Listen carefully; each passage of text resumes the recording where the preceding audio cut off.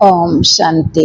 आज 16 जून 2026 साकार महावाक्य प्रातः मुरली बाबा कहते मिठे बच्चे तुम्हें माने एबे सच्चा सच्चा राजयोगी अट। तुमको राजऋषि मध्य कहा जाउछि। राजऋषिर अर्थ ही पवित्र। तुम्हें संतान माने मनुष्य मानंकु माया रूपी रावणर पंकरु केबे बाहर करि परिबो। उत्तर जेतेबेले तुमे माने निजे से ही पंकरु बाहरी जाइथिबो। पंकरु बाहरी आसीथिबा आत्मा मानकर लक्षण हैला इच्छा मात्रम अविद्या अर्थात संपूर्ण अनासक्त वृत्ति। एकमात्र बाबांक बिना आउ किछि भी मने न पड़ू। भल पोशाक पिंधिबी, भल जिनिस खाइबी, एही सबु लालसा ना रहू। तुमे वर्तमान संपूर्ण वनवास रे अछ। एही शरीर को मध्य भूली जाओ। मोर किछि भी नाही, मु आत्मा अटे।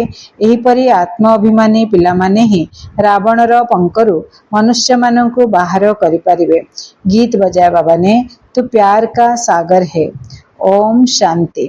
कौनसी समय रे जेतेबेले गीत बाजुथिला सेतेबेले पिला मानंकु गीतर अर्थ मध्य पचारुथिले। एबे कुह तुमे केबेठारु रास्ता भूलिछ? केही कहिले द्वापररु, केही कहले सत्यजुगरु। जो माने कहउछंती द्वापररु भूलिछ से माने भूल कहउछंती। तुमे माने सत्यजुगरु रास्ता भूली जाइछ। एबे तो तुमको मार्गदर्शक मिलिछंती।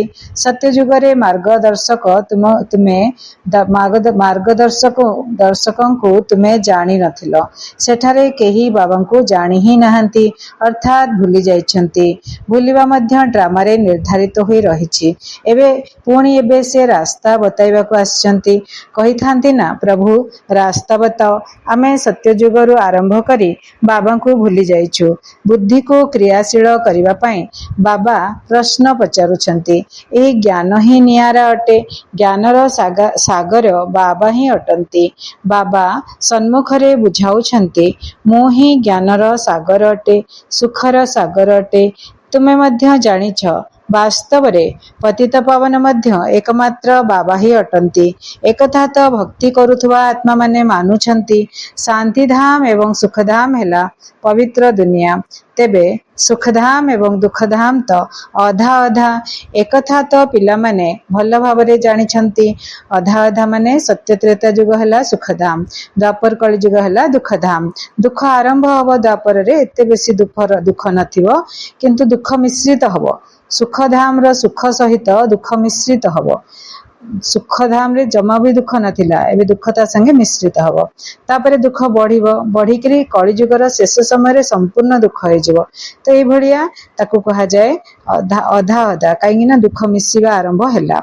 एकथा तो पिला माने भल भावरे जानिछंती बाबा स्नेहर सागर अटंती। सेथि पई तो समस्ते तांको पिता बोली डाकुछंती। किंतु से किए किपरि आसुछंती एकथा भूली जाइछंती। 5000 वर्षर कथा। वास्तव रे सेतबेले एही देवी देवता मानकर राज्य थिला। सत्य जुगरे थाए सद्गति, पुणी दुर्गति किपरि होची? सत्य त्रेता जुगरे सद्गति हेतिला। संगम जुगरे बाबा आसिकी हमर सद्गति करे देले। तापरे सद्गति हे गला। 2500 वर्ष बीती गला। धीरे धीरे आत्मा काम विकार ग्रस्त हेबा आरंभ जेतले कला दुर्गति आरंभ हे गला।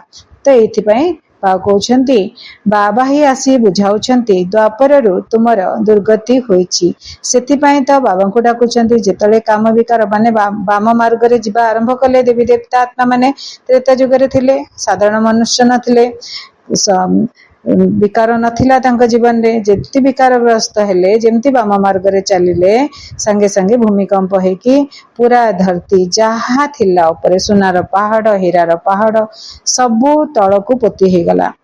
बहुत धन संपत्ति अथवा धन संपत्ति पोती हे गला। तो कौन हैला? दुर्गति आरंभ हैला। तापरे कौन हैला? ऊपरे बहुत धन संपत्ति तथा भी रही गला। पहाड़ सिना पोती हे गला, हेले आहुरी भी बहुत धन संपत्ति रहितला।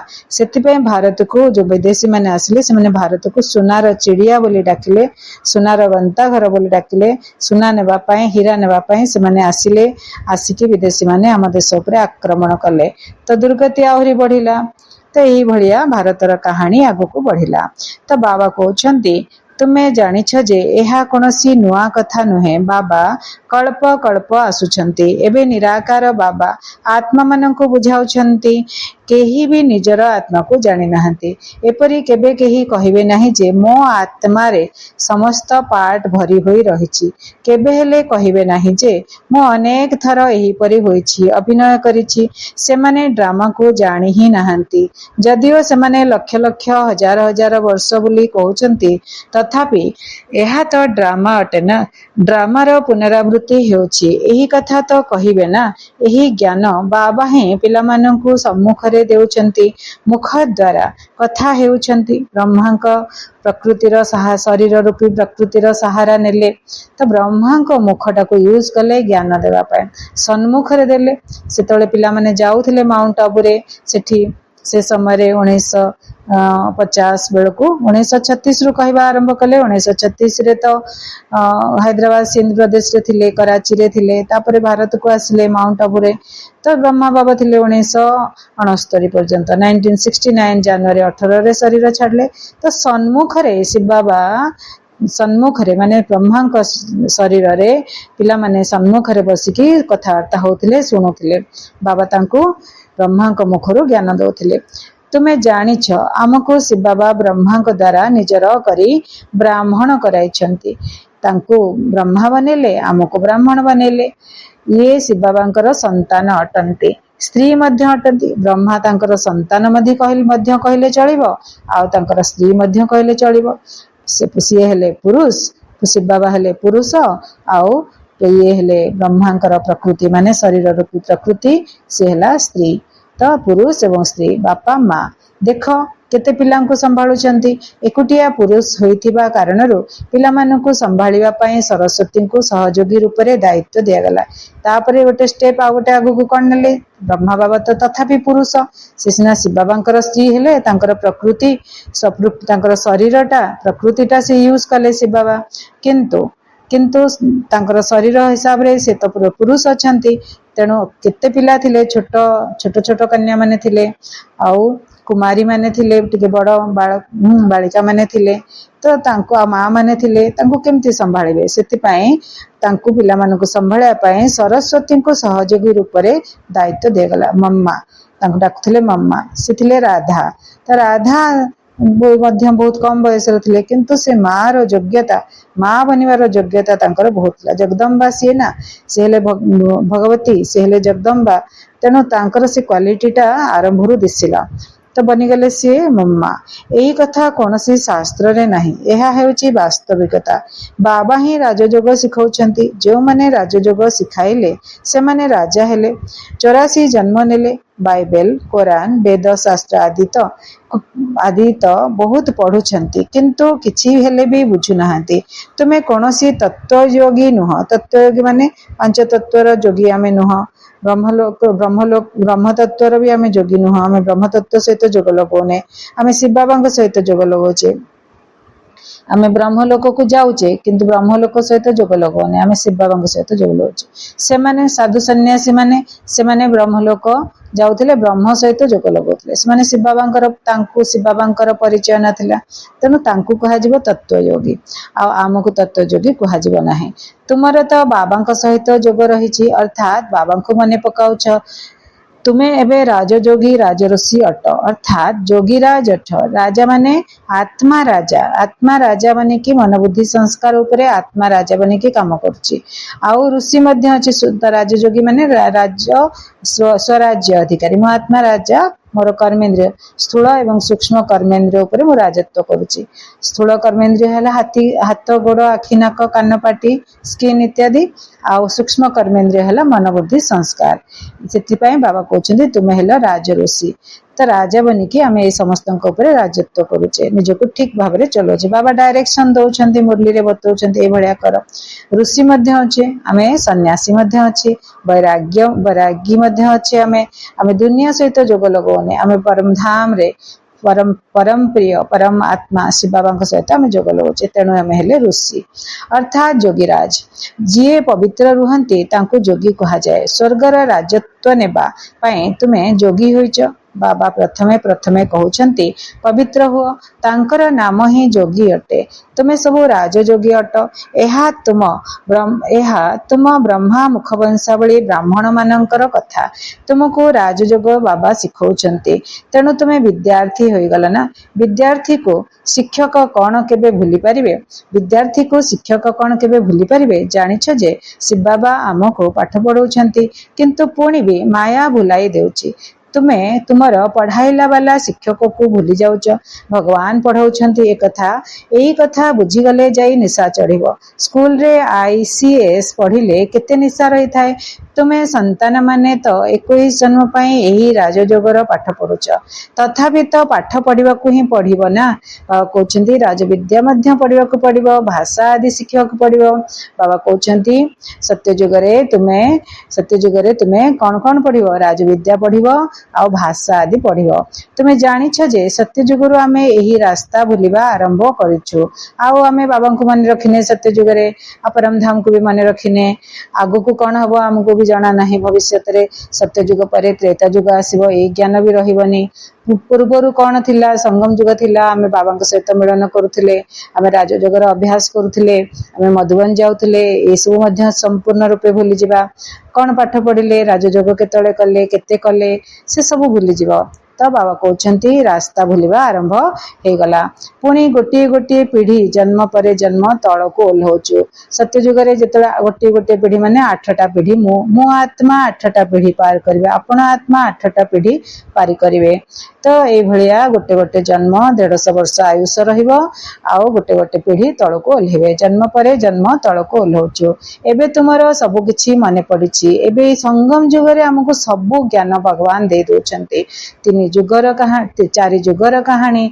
5 जुगर कहानी 3 लोकर कहानी 3 कालर कहानी आदि मध्य अंतर कहानी तापरे सृष्टि चक्र विषय संपूर्ण ज्ञान समय चक्र सृष्टि चक्र तो ये आमको सब ज्ञान दे दौरान आदि मध्य अंतर ज्ञान दे दौरान एबे तुमर सब किछि माने पड़ुछि किपरि आमे चढ़ुचु सीढ़ी रे लिफ्ट रे चढ़ुचु भगवान कर मदद माने लिफ्ट रे चढ़ुचु किपरि आमे ओल्हौचु सीढ़ी रे ए सीढ़ी रे ओल्हेला बेल कुछ निजे निजे ओल्हौचे सत्य त्रेता युग तापरे द्वापर कली युग संगम युग ए सब सीढ़ी रे ओल्हौचे किंतु चढ़िला बेल को भगवान मदद करछन्ति तो भगवान गोटे लिफ्ट दौरान हमको सब कथा लिफ्ट दौरान सब कथा सहयोग दौरान लिफ्ट माने सहयोग दौरान तांकर मदद रे आमे गोटे जीवन रे आमे स्वर्ग रे देवी देवता बनि जाउछे स्वयं को परिवर्तन करने बहुत जरूरी स्वयं रो संकल्प स्वयं रो भाषा चाहाणी चरित्र सबु किछि हमको बदलिया को पड़िबो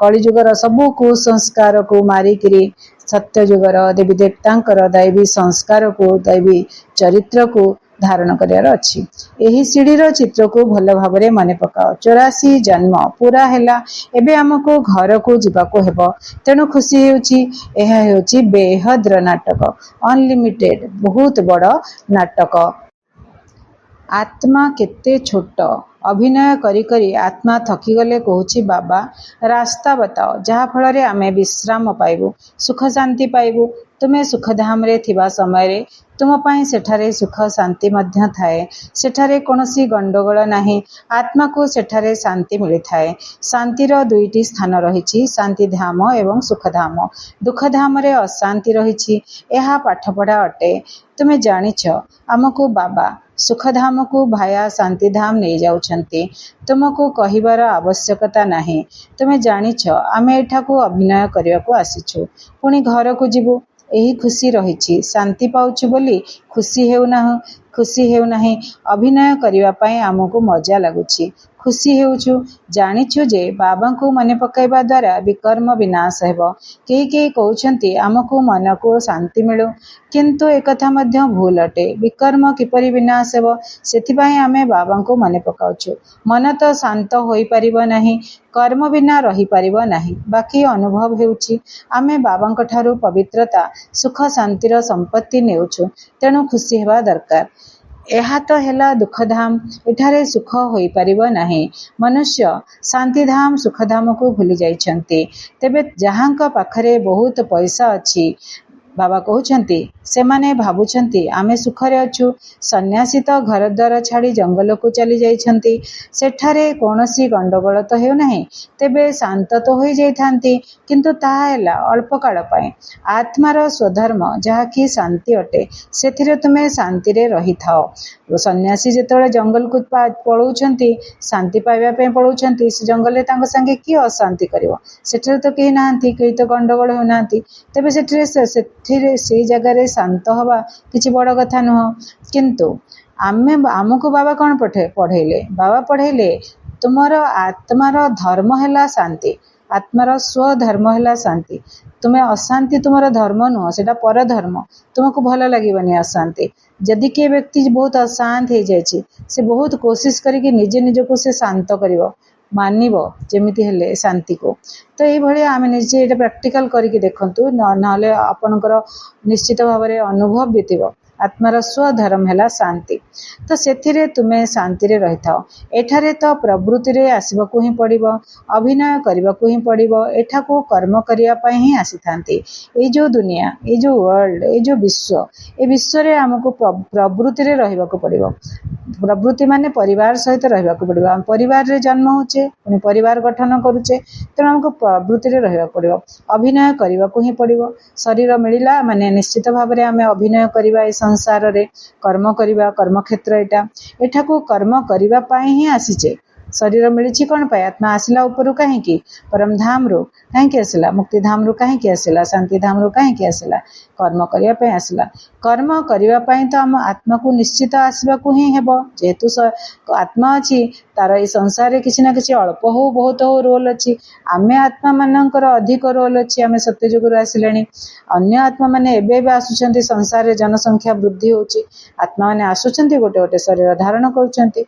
तुमे संतान माने जानिछ जे एही ज्ञान बेहद्र बाबा देउचंती, निराकार भगवान वाच। एबे तुमे जानुछ आमे हेलु आत्मा, आमर पिता परमात्मा अटंती। परमात्मा अर्थात परम आत्मा, तांकु एही आत्मा डाकुची। सेही बाबा ही समस्तंकर सद्गति दाता अटंती। एबे बाबा कहउचंती पिला माने देही अभिमानी हुओ, एहा ही परिश्रम अटे। अधा कल्परू जेउ खाद पड़िछि ताहा एही जोग बल द्वारा ही बाहरिबो। खाद मिसेइबा पई सुनारे कौन करंती? अग्नि प्रयोग करंती, नियारे पकेइकी ताको तरळेइकी ता संगे खाद मिसांती। तो खाद युक्त हो गला, तार कमजोर हो गला, सुनार ओरिजिनालिटी खत्म हो गला। तापरे एठी मध्य आत्मार ओरिजिनालिटी केतले खत्म होची? जेतले आत्मारे कालक्रमे समयक्रमे भिन्न भिन्न प्रकार खाद मिस जाउची। त्रेता जुगर खाद, द्वापर जुगर खाद, कली जुगर खाद मिल जाउची। आत्मा मध्य कमजोर हो जाउची। बाबा कहउचंती तुमे न जोग बल रे परम धाम रे तुमे परमात्मा को सहित जोग लगाओ। तांको देख, बुद्धि रूपी नेत्र रे देख, तांकोटू शक्ति नियो, तांकोटू शांति नियो, सबु गुण सबु शक्ति नियो। सबु नेला परे धीरे धीरे जोग बल रे आत्मा रे जो खाद मिसी जाइछि, आत्मा रे जो त्रेता जुगी कली जुगी द्वापर जुगी कली जुगी खाद मिसी जाइछि, से सबु जोग अग्नि रे तरळिकरी बाहरी जीवो। आत्मा पुणी शुद्ध पवित्र सतप्रधान बनि जीवो। तुमको खांटी सुना हेबाकू पड़िबो। जेपरि खांटी सुना रे खाद मिसाई अलंकार तयारी करिथांती, तुमे असल रे खांटी सुना थिलो, पुणी तुम ठारे खाद पड़ी थाए। एबे तुमर बुद्धि रे अछि आमे अभिनय करिलु, एबे आमे बाप घर को जाउची, पुणी आमे आत्मा बाप घर को जाउची, परमात्मा को पाखको, तांको दुनिया को, आत्मा मानकर दुनिया, शांति धाम, मुक्ति धाम। जेपरि विदेश रु निज घर को फेरिले खुशी ही थांती, तुमे मध्य खुशी हिच। तुमे जानिछ जे बाबा आम पय स्वर्ग आनिछंती। बाबा आछंती गिफ्ट नै के आछंती, स्वर्ग गिफ्ट रूप रे आनिछंती। बेहद बाबांकर उपहार हैला बेहद्र बादशाही अर्थात सद्गति। बेहद्र बादशाही अर्थात वैकुंठ अर्थात सद्गति। सन्यासी माने मुक्तिर उपहार को पसंद करि थांती। बाबा तांको मुक्तिर उपहार दियंती। केही मरी गले कहि थांती जे स्वर्गवासी हैला, सन्यासी कहिबे ज्योति ज्योति रे मिसी गला। दुनिया रे मनीष मरी गले कहिबे से स्वर्गवासी हैला, किंतु सन्यासी कहिबे ज्योति ज्योति रे मिसी गला। दुईटा जक कथा रंग थाए, भूल थाए। जे बाबा कहउचंती केमितिका स्वर्गवासी स्वर्ग बर्तमान नाहांती, केही स्वर्गवासी हेबा पाई नहांती। तेणु करी एठी केही मले ए पुणी आउथरे आसिकी पुणी आ गोटे शरीर बदलैकरी आउथरे एई नरक रे ही जन्म नब। ତେଣୁ ସ୍ୱର୍ଗବାସୀ କେହି ହଉନାହାନ୍ତି, ସ୍ୱର୍ଗ ହିଁ ନାହିଁ। ଏବେ ସ୍ୱର୍ଗ ତ ଏବେ ଆରମ୍ଭ ହବ। ଆଉ ସନ୍ନ୍ୟାସୀ କହୁଛନ୍ତି ଜ୍ୟୋତି ଜ୍ୟୋତିରେ ମିଶିଗଲା, ଆତ୍ମା ଜ୍ୟୋତି ପରମ ଜ୍ୟୋତିରେ ମିଶିଗଲା କିମ୍ବା ବ୍ରହ୍ମଲୋକରେ ମିଶିଗଲା, ବିନାଶୀ ହେଇଗଲା। ନୁହେଁ, ଆତ୍ମା କେବେ ବିନାଶକୁ ପ୍ରାପ୍ତ କରେନି। ଆତ୍ମା ଗୋଟେ ଶରୀର ଛାଡିକି ଆଉ ଗୋଟେ ଶରୀର ପାଇବ।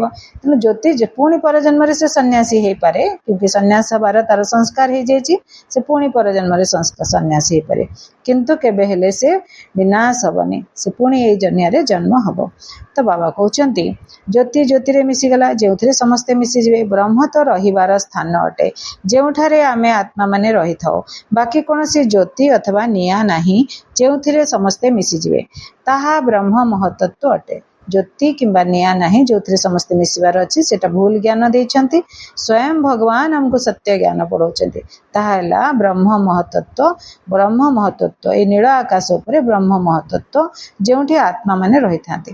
ବାବା ମଧ୍ୟ ସେଠାରେ ରହିଥାନ୍ତି, ସେ ମଧ୍ୟ ବିନ୍ଦୁ ଅଟନ୍ତି। କାହାକୁ ଯଦି ବିନ୍ଦୁର ସାକ୍ଷାତକାର ହେବ, ତେବେ ସେ କିଛି ବୁଝିପାରିବେ ନାହିଁ। ବହୁତ ପିଲାମାନେ କହୁଛନ୍ତି ବାବା ଆପଣଙ୍କୁ ମନେ ପକାଇବାରେ ମୁସ୍କିଲ ହେଉଛି। ବିନ୍ଦୁ ରୂପକୁ କିପରି ମନେ ପକାଇବୁ? ଅଧା କଳ୍ପ ତ ବଡ଼ ଲିଙ୍ଗ ରୂପକୁ ମନେ ପକାଇ ଆସିଲୁ। ଏବେ ଏହା ମଧ୍ୟ ବାବା ବୁଝାଉଛନ୍ତି, ବିନ୍ଦୁର ତ ପୂଜା ହୋଇପାରିବ ନାହିଁ, ଏହାଙ୍କର ମନ୍ଦିର କିପରି ତିଆରି କରିବ? ବିନ୍ଦୁକୁ ତ ଭଲ ଭାବରେ ଦେଖି ବି ପାରିବ ନାହିଁ। ବାବା କହୁଛନ୍ତି ସେଥିପାଇଁ ଶିବଲିଙ୍ଗକୁ ବଡ଼ କରି ତିଆରି କରିଥାନ୍ତି। ତ ବାବା ପିଲାମାନେ ଯେତେବେଳେ କମ୍ପ୍ଲେନ କରୁଛନ୍ତି ଆମେ ଲିଙ୍ଗକୁ ୟାଦ କରିପାରୁଥିଲୁ ସେତେବେଳେ, ଏବେ ତୁମେ କହୁଛ ଆମେ ବିନ୍ଦୁ ଅଛୁ, ଏତେ ଛୋଟ ବାବା ବିନ୍ଦୁ ଅଛନ୍ତି, ଏତେ ଛୋଟ ବିନ୍ଦୁକୁ ଆମେ କେମିତି ମନେ ପକାଉ?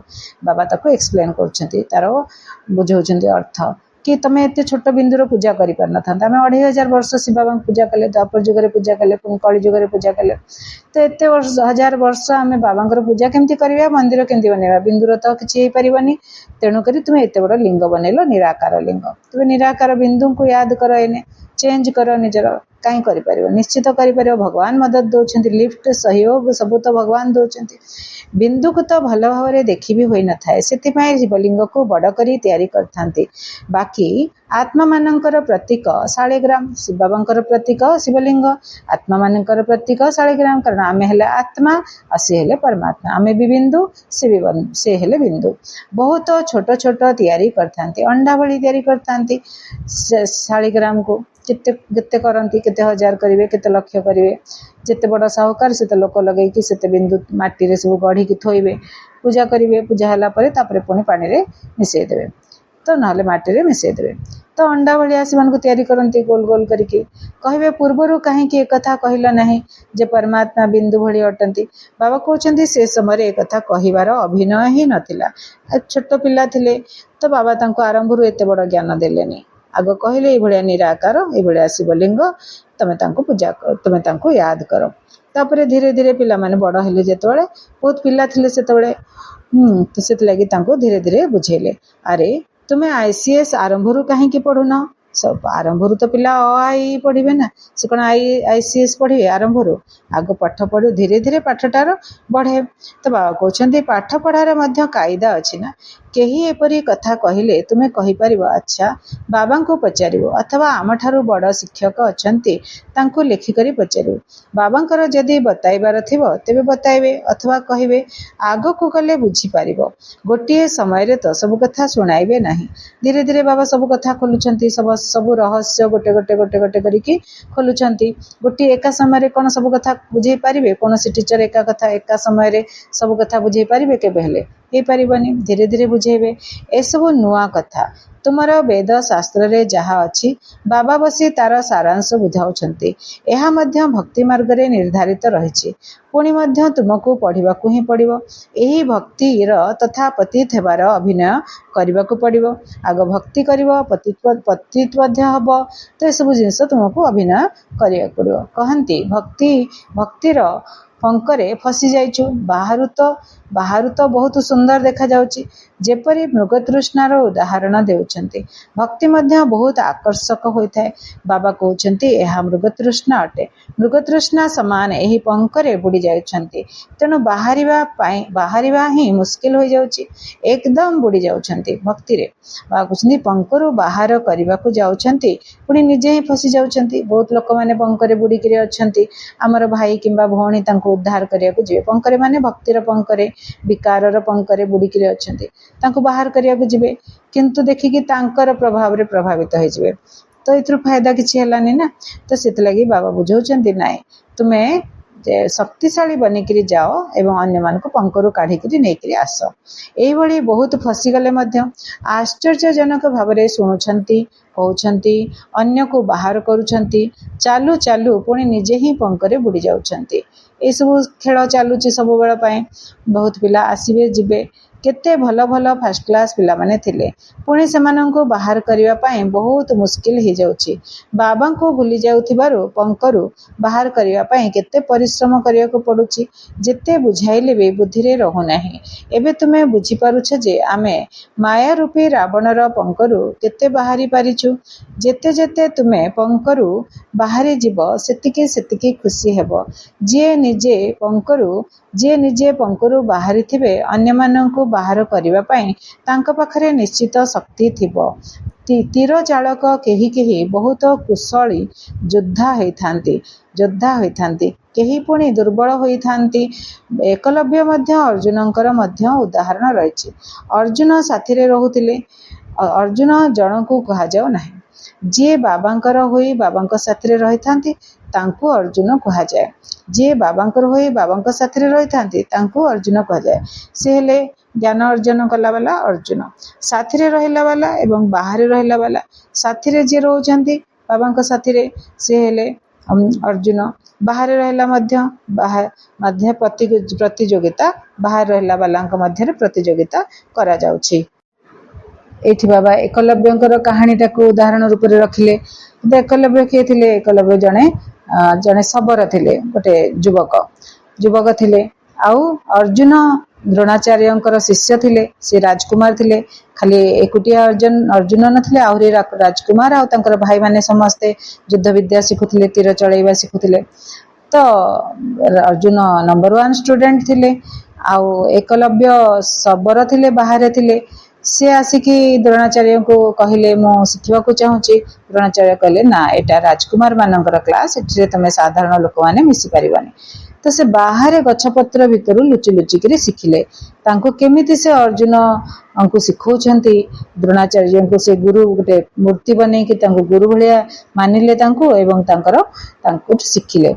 शिखिकी बहुत सुंदर अभ्यास कले। अति सुंदर अभ्यास कला परे तापरे से बाहर वाला से घर वाला हेले अर्जुन। तो बहुत नंबर 1 योद्धा से तीर चालक से बनीगले। तो सी घरे रहिला वाला है अर्जुन, बाहर रहिला वाला है एकलव्य। तो बाबा कहते साथी रे रहिला वाला एवं बाहर रहिला वाला मध्य प्रतियोगिता करा जाउछि। एकलव्य अर्थात गृहस्थ रे रहुथिबा आत्मा आगो को चली गला। शास्त्र रे जनकर दृष्टांत दिया जाछि, किंतु कथा तो अनेकंकर अटे। माने एठी अनेक अछंती जो माने घरे रहउचंती, परिवार रे गृहस्थ परिवार रे रहउचंती, से माने हेले बाहर रहिला वाला। आ केते जण अछंती बाबांक घरे समर्पित रूप रे अछंती, भाई अछंती, भौणी अछंती। बाबा कहउचंती प्रतियोगिता चलेछि। माने प्रतियोगिता एमती किछि हेल्दी कंपटीशन चलछि कहबा को गले। तो किए केते करूछि तो जाना नहीं, गुप्त रहि जाय थाए। किंतु बाहर वाला और घर वाला पाठ गोटे, यही पाठ समस्तक गोटे पाठ, बाहर वाला हूँ कि घर वाला हूँ, जी जेते आगो को जाई परिबो से कथा बाबा कहउचंती। किंतु कथा तो अनेकंकर अटे। एही तीर मध्य ज्ञानर अटे। प्रत्येक निजको जानी पारिबे आमे केते बाबा को माने पकाउछु। आउ कहार स्मृति आसु नहीं तो भल भल पिंधिबा ओ खाइबारे लालसा रहु नहीं तो एठारे जदि भल पिंधिबो तेबे सत्य जुगरे कम होई जिवो। आमको एठारे तो वनवास रे रहिबाको हेबो। बाबा कहउचंती तुमे निजर एही शरीर को मध्य भूली जाओ। एहा तो पुराना तम प्रधान शरीर अटे। तुमे स्वर्गर मालिक हेउछ, इच्छा मात्रम अविद्या। बाबा कहउचंती तुमे एठारे अलंकार आदि मध्य पिंध नाही। एपरी काहेकि कहउचंती? एहार मध्य अनेक कारण अछि। कहार अलंकार हजिगले कहिबे सेठारे बिके को देई करी आसीछि। कहार अलंकार हजिगले कहिबे सेठारे बिके को देई करी आसीछि। कि घर वाला कंप्लेन करिवे। एबे एवं पुणी चोर तस्कर मध्य रास्ता रे चलिबा समय रे छड़ाई नेउछंती। आजिकाली माई माने नारी माने मध्य बहुत लुटेरा बाहरिछंती। स्त्री लोक माने मध्य चोरी करुछंती, स्त्री लोक माने मध्य डकायती करुछंती। दुनियार अवस्था देख कौन हेलानी। तुमे जानिछ जे एही दुनिया बिल्कुल वैश्यालय बनी जाइछि। आमे एठारे शिवालय रे बसुचे, आमे शिवालय रे अच्छे आ दुनिया रे वैश्यालय बनी जाइछि। शिव बाबांक सहित आमे बसिचे शिवालय रे। से हेले सत्य, से हेले चैतन्य आनंद स्वरूप। सत्य चैतन्य आनंद स्वरूप शिव बाबांकर महिमा, यह आत्मार ही महिमा अटे। आत्मा भी सेया, आत्मा मु आत्मा सत्य, ये शरीर मिथ्या। चैतन्य माने आत्मा ही चैतन्य करुछि शरीर को, आत्मा ही निजे चैतन्य अछि। जेतले आत्मा छाड़ी जाउछि ताहले शरीर कोन हो जाउछि, जड़ हो जाउछि। तो आत्मा सत्य चैतन्य एवं आनंद स्वरूप अटे। शिव बाबा मध्य सत्य चैतन्य आनंद सागर अटंती। यह आत्मार ही महिमा अटे। आत्मा ही कहूछि मो राष्ट्रपति, मो अमुक एवं मो तुमर आत्मा कहूछि मो ब्राह्मण। बाबांक ठारू संपत्ति नेउछि, तेणु आत्म अभिमान रे रहिबाकु हेबो। एथिरे ही परिश्रम रहिछि। ये मोर अमुक अटे, एहा मोर अटे। को व्यक्ति को आमे कहूछि ये मोर अमुक, मोर पुओ झियो किंबा रिलेटिव, आउ एहा मोर वस्तु अटे। सारा दिन एही कथा मने रही थाए, किंतु आमे आत्मा भाई भाई अटु ए कथा भूली जाउछंती। एठारे मोर मोर कहिबा छाडिबाकू पड़िबो। मो आत्मा अटे, एहांकर आत्मा मध्य जानिछि। बाबा बुझाउछंती, मो मध्य सुनि चलछि।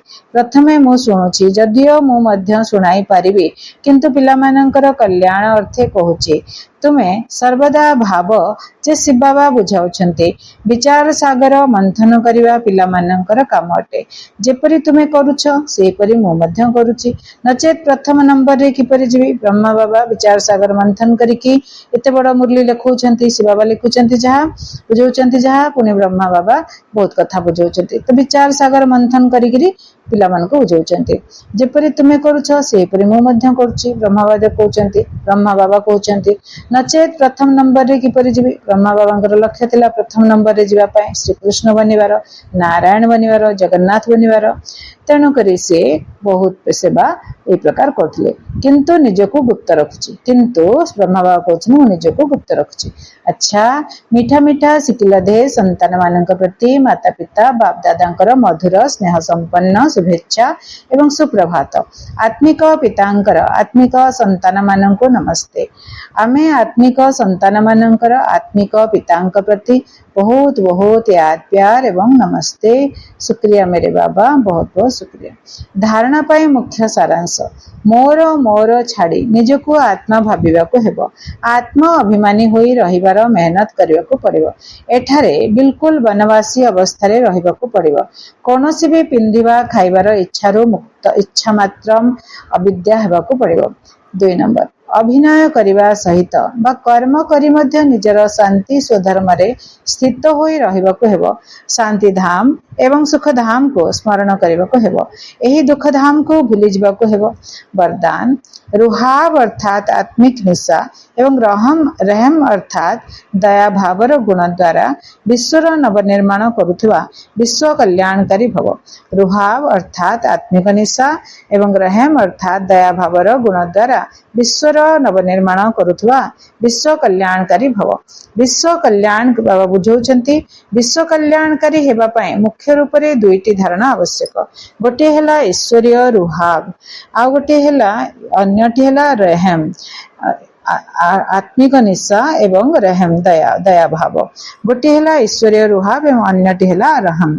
जदि एही दुईटी जाक एकाठी थिबो एवं समान भावरे थिबो, तेबे आत्म अभिमानी स्थितिर निर्माण होई जिवो। तेणु जेबे भी कोनोसी कर्म कोनोसी कर्तव्य करुछ बा मुख द्वारा शब्द गुड़िक वर्णना करुछ, तेबे चेक कर जे रहम एवं रुहाब दुईटी जाक समान रूप रे अछि तो।